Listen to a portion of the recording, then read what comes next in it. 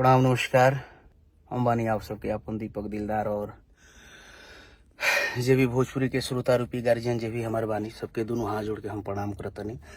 आप सबके प्यार स्नेह दुलार दिलदार के सदाबहार मिलल बा और मिलेला और हम उम्मीद करतनी कि हम जितना भी अभी गाना कर रहल बानी दीपक दिलदार ऑफिशियल से अनगिनत सभी चैनल पे, तो आप सब प्यार दुलार दी और जितना गाना हमारा होता सब पे रील बनाई, हमारा कोलैब करी, मेंशन करी, टेक करी और देखी कितना मेहनत बा गाना गावे में। अब हम का कहीं आज के डेट में, आज के दौर में समझ सकत नहीं आप सब की कितना मेहनत बा। देखी सब भीज गइल बा, कोनो बात नहीं है और जब तक सांस बा तब तक आस बा और आप सबके प्यार के विश्वास बा कि दिलदार ऐसा ही हमेशा आप सबके प्यार पावत रहिए। जितना हमारे हिट गाना बा आप सब सुनी और प्यार दी। अनगिनत गाना हमारा जीवन में आप सब हिट देले बानी। अभी लगातार गाना अभी होली में बाजल है मरद है पेंटर रंगेला सेंटर। अभी और गाना आप सब रील पर काफी ट्रेंड कर रहल बानी। देवर दिलदार चाही पेंटर भातार चाही, जोन दीपक दिलदार ऑफिशियल पे बा। तो आप सब दीपक दिलदार ऑफिशियल के ज्यादा से ज्यादा सब्सक्राइब करी, लाइक करी, कमेंट्स करी और ढेर सारा प्यार दी और ऐसे ही प्यार आशीर्वाद बनौले रखी। अभी आप सब देख सकतनी कि कितना मेहनत बा गाना में और परिश्रम बा। माई शारदे की कृपा सदैव बनी रहे। माई की कृपा बात अब दो शब्द बोल लेता नहीं, चाहे दो शब्द गा लेता नहीं, ना तो की पूछे वाला बा। तो आप सब ऐसे ही प्यार आशीर्वाद बनल रखी और सिंगर दीपक दिलदार ऑफिशियल इंस्टाग्राम आईडी बा और दीपक दिलदार पेज बा। तो एक पे हमारा अपडेट जाने खातिर आप सब फॉलो कर सकतनी और जुड़ सकतनी, कमेंट कर सकतनी, प्यार दुलार दे सकतनी आप सब।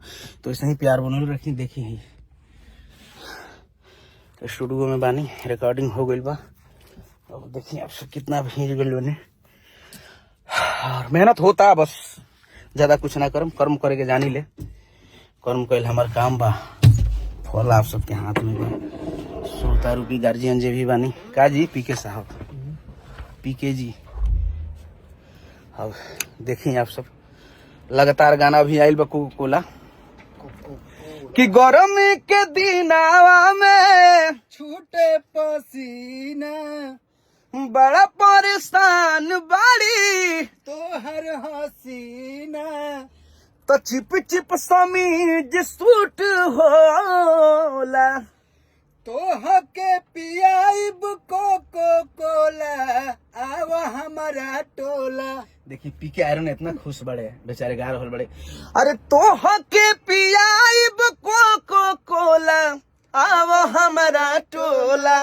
अरे माँ जली हो हाथे डोला डोला आवा हमारा टोला।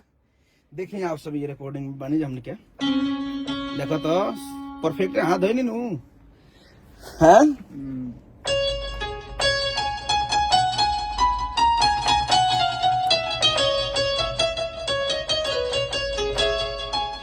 तो हके पियाइब कोको कोला आओ हमारा टोला।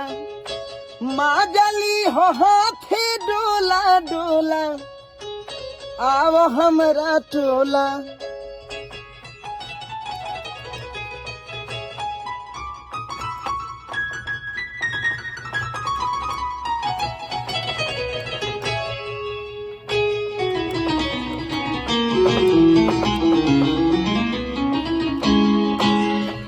तो आप सब प्यार दिए, आशीर्वाद दिए सही और विशेष कुछ ना कहो। अब नया नया गाना आप सब सुनिए, प्यार दी का जी पीके भैया।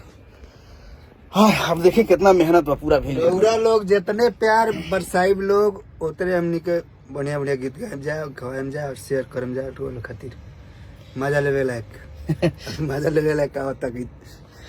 मूड में पीके आयरन अभी भी आए हैं। तो यही के साथ आप सबसे विदा लेता नहीं, फिर नया गाना के साथ और नया एपिसोड के साथ हमने अपडेट रहल जाए क्या जी पीके भैया। मुलाकात होगा अगले पेज के माध्यम से। आप सब फॉलो करी, लाइक करी और जुड़े रही। ढेर सारा प्यार दी दीपक दिलदार ऑफिशियल के। जय भोजपुरी, जय माथा वाली।